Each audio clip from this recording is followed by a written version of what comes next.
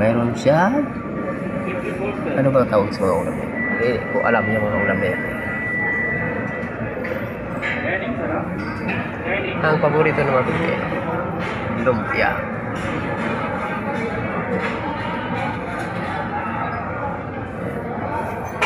Ito yung ala caldereta naman. Hindi pala si caldereta. May bulalo, sisig, at pansit.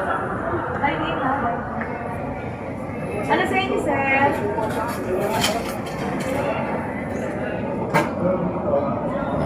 Hindi ko alam ang tawag dyan sa mga kulat pagkain na yan.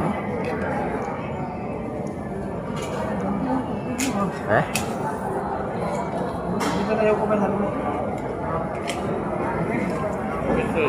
Saan tayo? O dyan, doon tayo sumayap bala. Nasa gitna tayo. Nasa agil.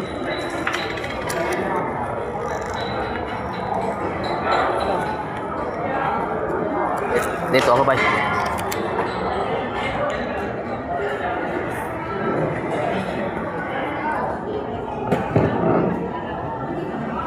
Ay ko. Ya, kukunin mo.